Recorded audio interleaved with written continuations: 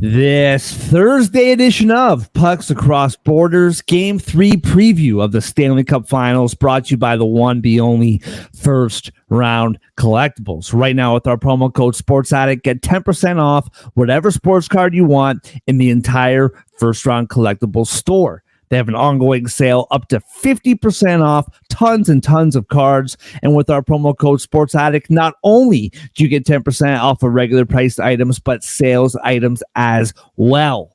Do the math. 20 becomes 30, 30, 40, 40, 50, 50, 60. You get the idea. Go to firstroundcollectibles.com today. Use promo code SportsAddict for 10% off regular price and sales priced items. Hockey, football, basketball, baseball, wrestling, boxing. You want it, they got it. Go to firstroundcollectibles.com today. Use promo code SportsAddict for 10% off every card in their store. That's the number one, STRoundCollectibles.com. First Round Collectibles, sports cards for sports fans. Yeah. Let's go. We just gotta go hard. I go the hardest. I bring the pain. Not what you used to. It's all part of the game. Yeah, I just gotta go hard. I just gotta go hard. Go hard. Yeah, oh yeah, the beast back. Adrenaline pumping through my veins, can't relax. Original, I am not the same as these cats. I sting them if they... And welcome to Pucks Across Borders on a Thursday morning. Tornado watch in my neighborhood. Those things happen like once every week and they never happen. But every time it does, you wonder, could this be a day? What would you do if you saw a tornado? Lots of questions enter my mind when that notification pops on my screen. But whether we get a tornado or we don't, there's a hockey game tonight, and we are going to talk all about it. But first, as always, at the top of your screen, right next to me, you read his gambling picks on Winners and Winers. You read his work on Give Me Sport. Andre, how you feeling on a Thursday, man? Good to see you. It's good, you guys. Let's get going. Hopefully, praying the Oilers win so that we actually have a good finals this summer. But holy moly, we'll get to that soon. When the Mavs started to come back last night, I was like, they're gonna pull this off, and yeah, they're not. So Don't get me started on Jason Kidd called the worst timeout, one of the worst timeouts I've ever seen in sports, any sport, honestly. It's you know what? I won't get you started, because if you get started, then I'll get started, and we won't talk about hockey at all. At the bottom of your screen, you read his work about the NFL on Gridiron Heroics. John, how you doing on a Thursday, bro? Good to see you. Good to see you guys. I feel pretty much the same way as you. I'm hoping the Oilers are not the Dallas Mavericks. I mean, I don't want to bring the NBA too much into this, but it's looking dangerously close to that type of series if things don't go a certain way tonight.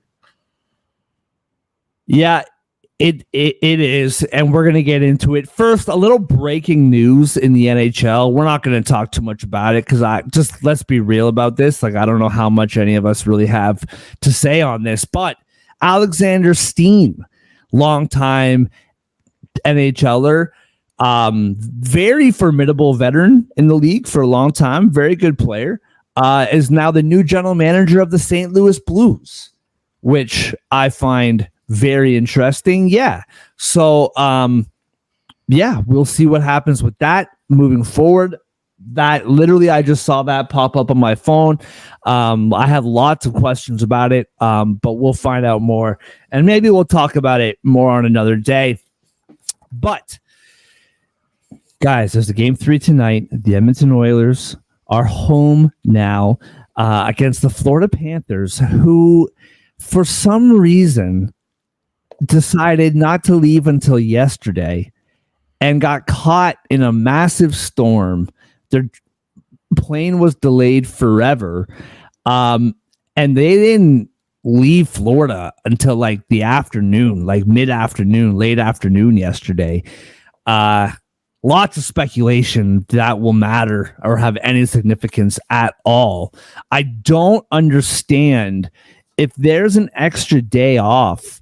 Isn't that extra day off so that you can leave as soon as possible and be in your destination? Like I understand wanting to sleep in your own bed and cook your own meals and all that kind of stuff. But if you're going, the other thing too, I believe that this date is correct. I could be off by a week or two, but the Florida Panthers haven't played on the West Coast or a Western matchup since March the 12th.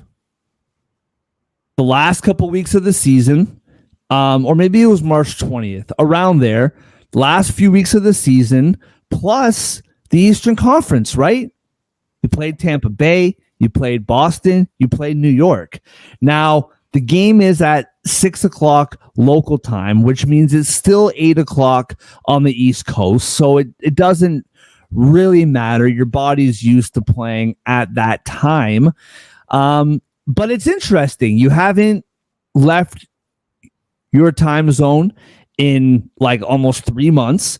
And you don't leave until the 11th hour, and it ends up being like the 14th hour because of the weather. So I don't know. I feel like it's like amateur hour, but I've never had to go anywhere to play in a Stanley Cup final. So what do I know? Let's get into the matchup. Like I said, Florida Panthers in Edmonton. First Stanley Cup Finals game in the Oilers' new stadium, Rogers Place. That takes place tonight at 8 p.m. or 8:20 p.m. if you want to be exact. The Edmonton Oilers minus 135 favorites at home. I'm a little bit surprised on the juice. I know that we've seen juicier home favorites, but I'm a little bit surprised at the juice there. Plus 114 for the Panthers. Over is 5.5 at minus 105, and the under is minus 115, plus 1.5 for the Panthers, minus 238, minus 1.5 for the Oilers, plus 195. Andre, let's start with you, man. What do you see in this game tonight? Obviously not a must win by the textbook definition, but a must win in the sense of the Oilers probably will not come back from a 0-3 hole. So they're home in an electric building that served them right all postseason. And I'm taking the Panthers plus 114. I mean, as a gambler, you see plus odds for a team that's just been running through this postseason. You got to take it. They've been better on the road all playoffs. They've been better in this series for the most part. What they did in game 2, I think, is who they are. And I just, maybe there's a few tricks up Edmonton's sleeve still, but they seem to have the answers for every opposing star they face. Talking about the Panthers. And I think that also rings true for McDavid. I think that also rings true for Draisaitl. And Draisaitl might need to keep his head on a swivel. Who knows if he'll even have the teams that have played in American Airlines Arena after American Memorial Day have not won in the finals in any of their respective sports.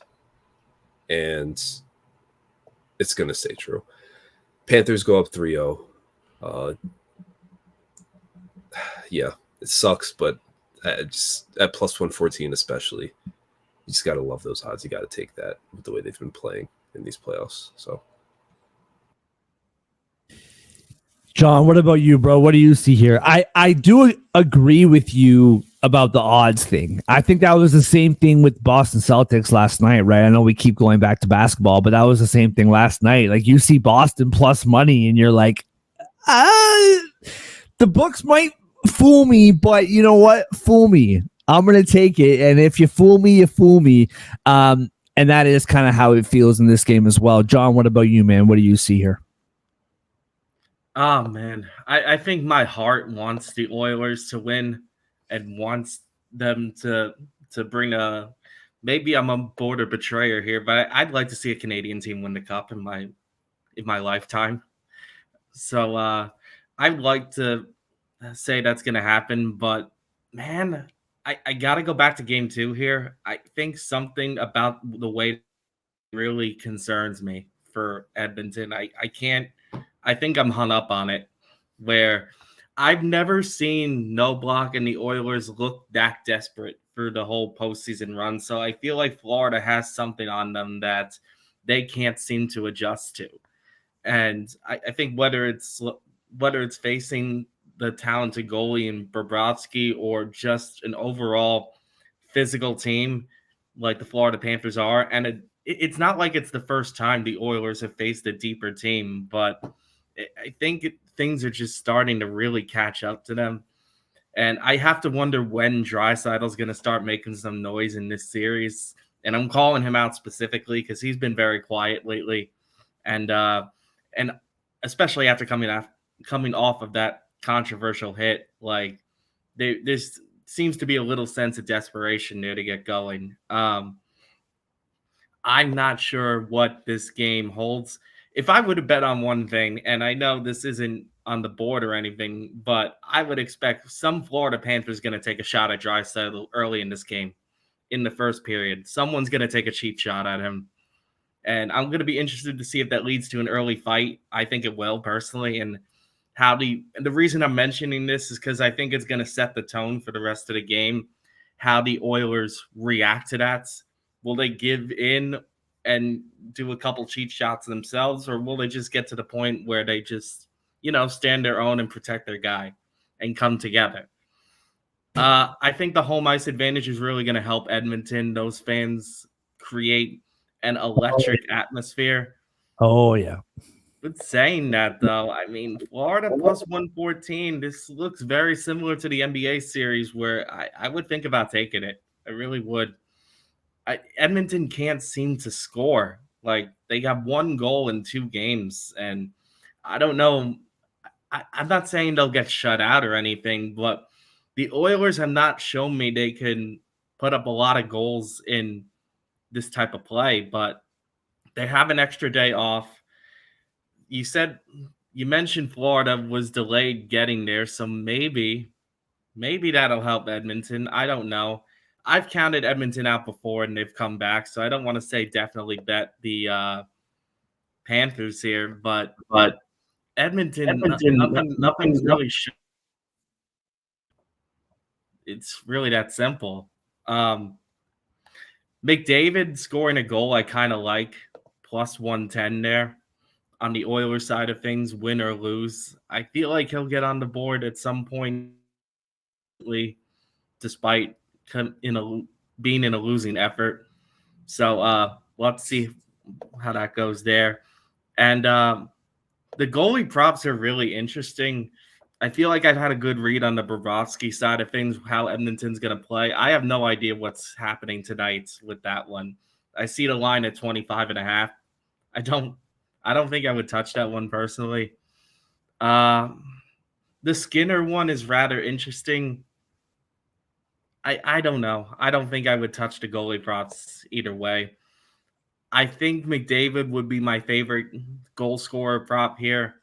On the Florida side of things, maybe Reinhart gets on the board. I feel like he's been a little bit under the radar in this series. He might be due for a big performance. So plus 135, that might be worth a look too.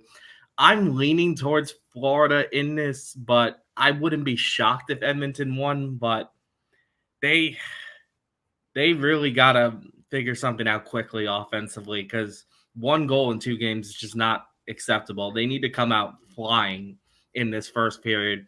And I think I mentioned the first period specifically because I think Florida's going to do everything they can to knock them off, especially with that Draisaitl hit. So how Edmonton responds to what I think is inevitable will be really key here. Well, a couple things, a lot based on what both of you guys said. First of all, I think scoring, you're absolutely right, man. I think scoring the first goal for the Oilers is imperative. Like the Florida Panthers with the lead is one of the most dangerous things in the NHL. Like if they have a lead, you've probably lost. And that's just kind of the reality of how this Florida team plays. The other thing is, I think that Connor McDavid and Sam Reinhart are good goal props for the sheer sake that neither of them have scored yet. And so you're kind of banking on the fact that eventually one of these two guys has to break through. That being said, I am scared of goal props in this series because I don't know who is scoring and I don't know if the Oilers can even score in the first place. So I'm kind of terrified of the goal props. The other thing both of you guys said that I don't disagree with in theory, but Draisaitl, the Panthers getting their pound of flesh on Draisaitl. The one thing that would make me think that that's not going to happen, and I mean, who knows? Because Sam Bennett is insane, so who knows what happens? And like Matthew Tkachuk for that matter. But the one reason that makes me think that that might not happen is this is the Stanley Cup Finals, and Edmonton Oilers, they literally have the best power play in the history of the NHL. So are you going to take a penalty just for camaraderie's sake and perhaps wake up the best power play in history?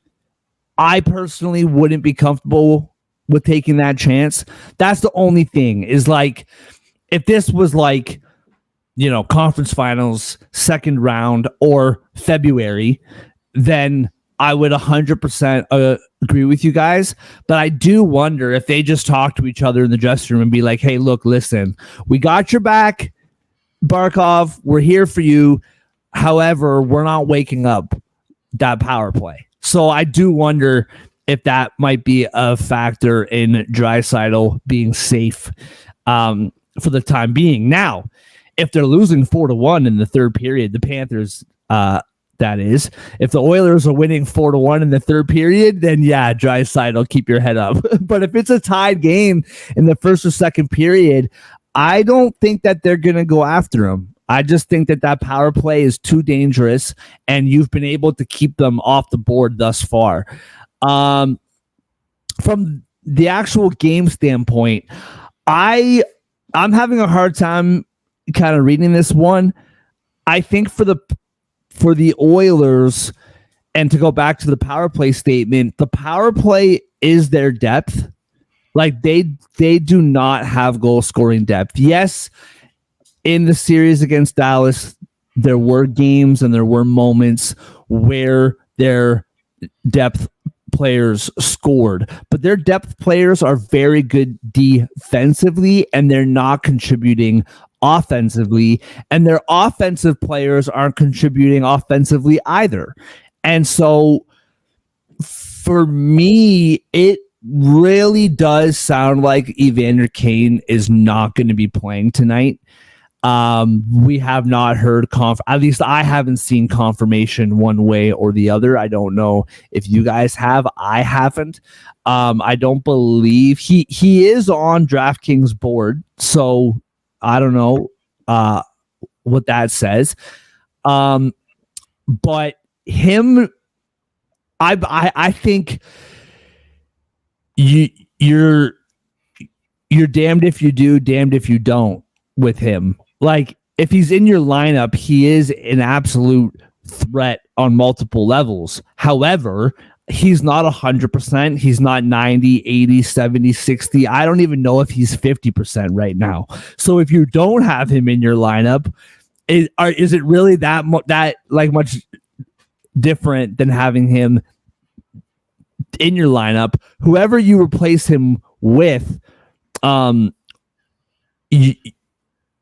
you're not going to get him, but at least you have somebody who can sit down on a bench.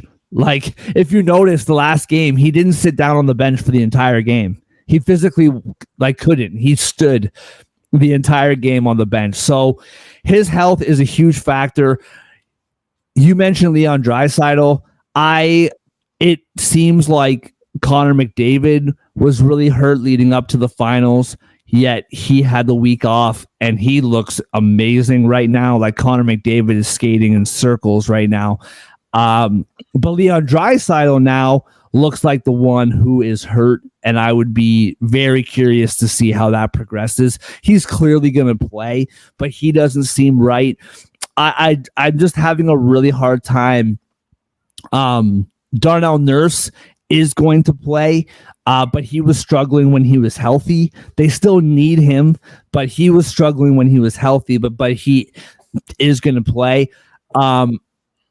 Corey Perry's back in the lineup. I don't know. Like, I really want to believe in this Oilers team. It's just really difficult to see with the chaos that their roster currently has. What does a win look like for them? Barkov is healthy and playing. He practiced yesterday. He doesn't have the bubble or the cage on his face or anything like that, so he seems to be fine. The Panthers seem to have no roster change at all, where the Oilers have a million questions. So I'm really inclined to take the Oilers here minus 135. I really do want to take them, and I really do want to see them find a way. I just think before I can put money on the Oilers, you got to show me what this roster looks like right now, because I just don't know who's healthy. I don't know what it looks like with all these kind of chaotic pieces flying around. So I'm taking the Panthers as well, plus 114. I don't love it. I really do want to think that the Oilers can find a way to get the win here. I just don't know what you're getting from this team, the way that these pieces are getting flipped around. It's really, really hard for me to trust this team when there's just so many things up in the air, and it's not all their fault, right? Like Evander Kane's hurt. Like it is what it is. As far as props go, I think Connor McDavid over 3.5 shots minus 110. Give me that every day of the week. I think that they were super careful with the shots that they put on goal, and they were waiting for that perfect opportunity to get a shot on net. I think that they just shoot the puck. Who cares? Who cares if it's a good opportunity or not? Just get the puck on the net. I really like Connor McDavid over 3.5 at minus 110. Bouchard over 2.5 is minus 145.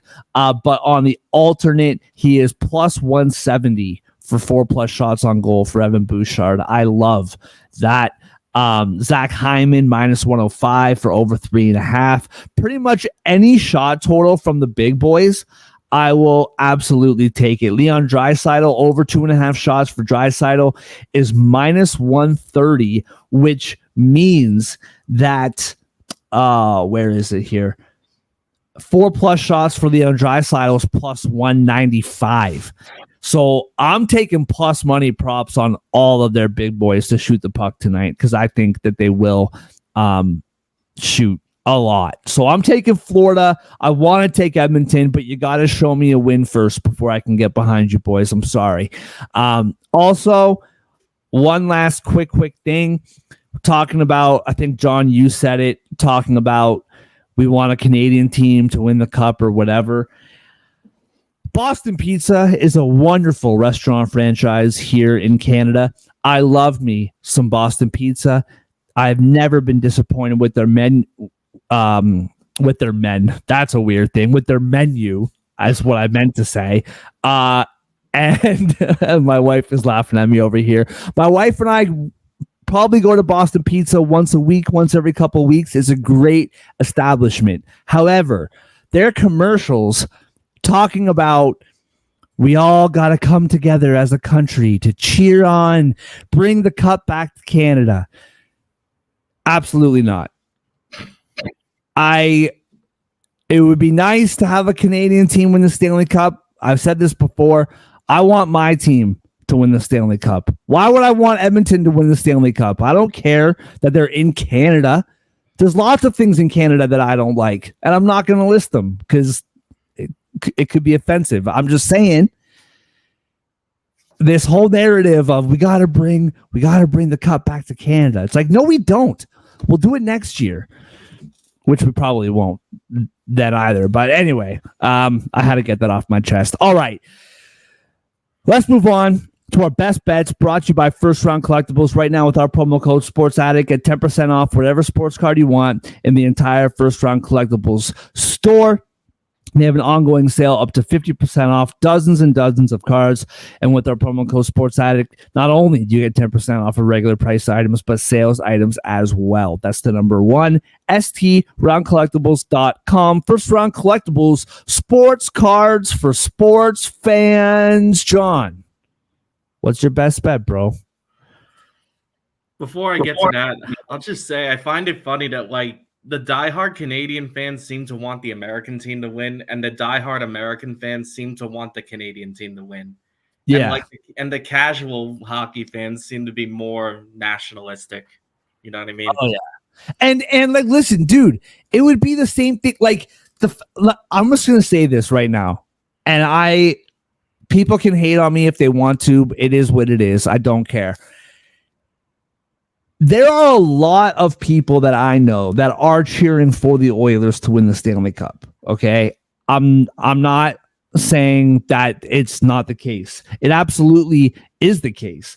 There are Canadians up here.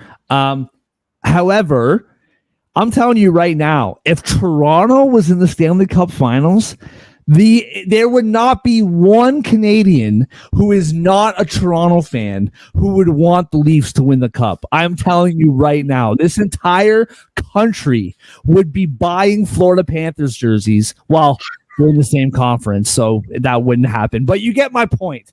They would be buying the opposing team's jerseys, all of them, the home, away, third jerseys.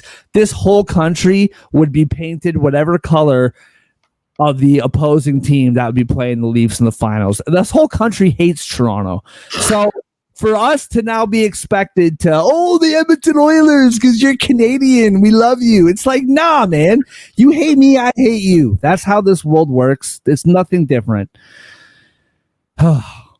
Man, I got some issues. I got to call my felt good, didn't it? I got to call. Not, you know what? No, it just made me more mad. I got to call my therapist today. It's been a few weeks since I've seen him.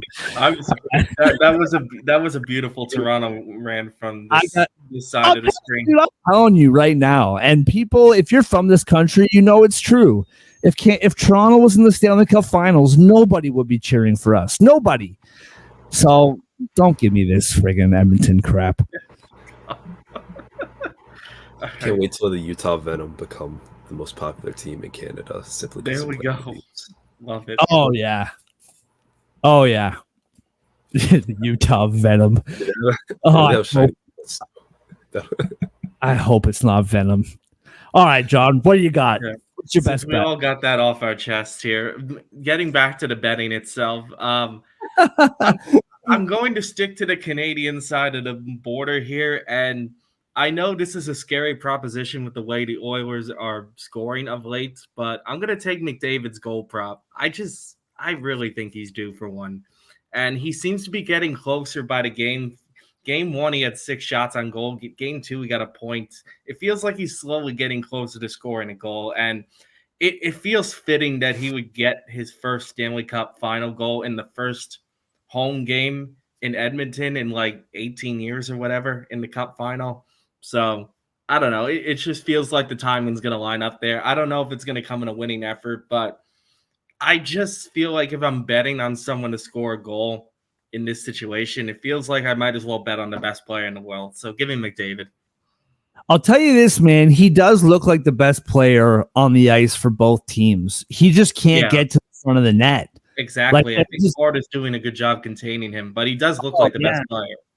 Oh, yeah. Well, you saw him last game, man. He's flying out there.